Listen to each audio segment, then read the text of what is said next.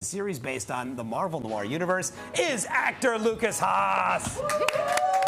Hey, thank you. Thank you. Hey, how are It's you? so nice to meet you. Nice to meet you too. Hey, good morning, welcome. Good morning. I'm willing to let you go down to the docks first to keep me alive, just like that clip, for sure. We loved everything about it. The New Yorkness, the accent, the whole thing. By the way, it's the first time I've even seen a clip, so Really? I loved We it have too. a It was cool Hollywood to see. star watching himself for the first time. ladies and Nice. gentlemen. Talk to us about the black and white. Well, it was, it was actually really cool to be on set, and you go back to the monitor to watch playback, and it's all in black and white, Yeah. and it's these long shadows, very stylized, noir. Yeah. And they did an amazing job of being really authentic with that. So it was very cool. Yeah. Does it help you when you see the playback like that? Like that's such a great shot right there. Yeah. When you see that playback, does it help you immerse yourself in it? You're like, oh, I get what we're doing now. I get the feel. Yeah. Yeah, 100%. Yeah, because you go back and you see it kind of looks like you're in the 30s. Yeah. So Yeah. you like, it gets you into the vibe, definitely. What else do you do to get into the vibe? Because this is a darker, literally and figuratively, role for you in the pantheon of all the work that you've done. Yeah, and it's kind of like, in a way, one of those old school James Cagney kind of, it's like that archetypal, New York mobster kind of thing. Yeah, So- see? Hey, man. And it's very stylized, Yeah. and so it was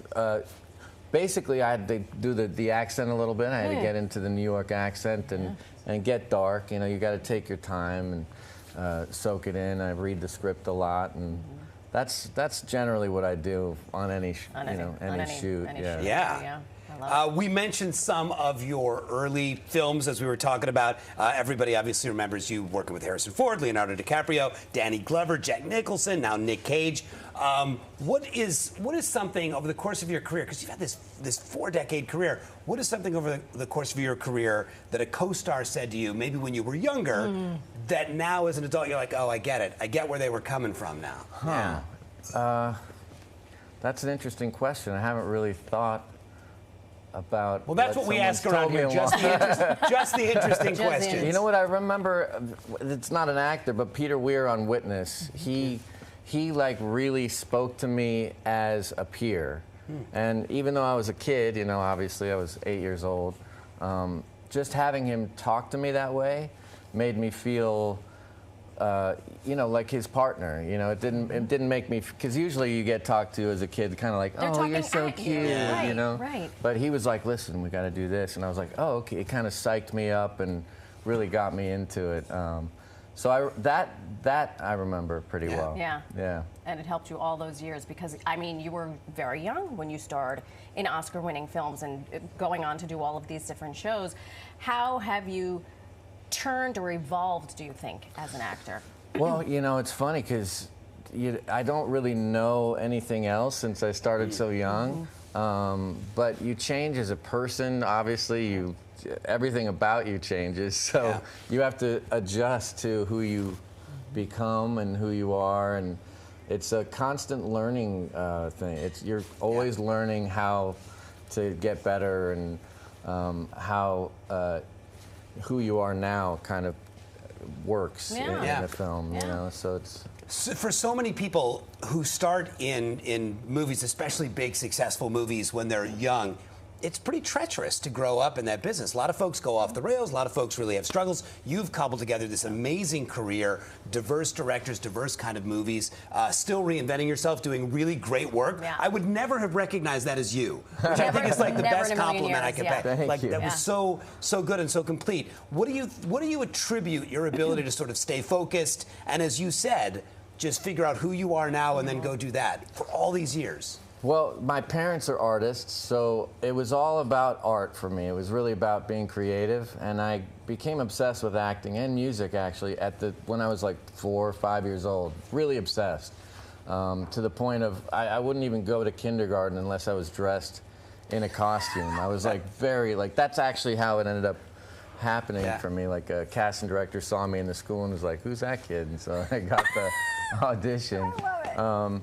But so that basis is, I think, what carried me through. And obviously the films that I did at a young age, my very first film and and then Witness were really like substantial dramas, you know. So it wasn't like lighthearted, fluffy kind of stuff. So it kind of helped me be taken seriously, I guess, you know, for a long time. So being able to build off of that, I think, is what's really carried me through. And then also just loving being creative. You know, it was never about being in the spotlight necessarily. Yeah. And that you built that foundation. Yeah. What I would give to see you in costume, because I have a 20-year-old that on his first day of preschool, he went in costume as a rock star. So you've given me hope. Well, you're kind of right. You have a band, right? The Rogues. That's an old band, but no, I just write and record myself now. I'm starting to put out like a single here and there, but Nice. yeah. Oh my gosh. All right. We have some rapid fire questions. Okay. They should be pretty easy. Let's do it. What has been your favorite filming location to date? Charleston. Oh. Probably Charleston, South Carolina. South Carolina, beautiful old town. Cool, Yeah, cool. I did the Righteous Gemstones there. It's kind of like a mini New York in a way, because it's like cleaner? you know, and old and beautiful, but it's got the rivers on either side, you know. Yeah. I like it. Yeah. What was your very first acting job? It was called Testament. It was about a nuclear holocaust, and I die in it. It was like very sad, very sad. Not the one where he dies. What were you, 6? How old were you? I was 5. 5. Yeah. Ben Lucas, good news. We got you filmed. Bad news. You You're die dying. in a nuclear holocaust. Yeah, okay. What was the first thing you treated yourself to with your first big paycheck? An Armani coat. a long like 1980s Armani Do coat. you still have it? I don't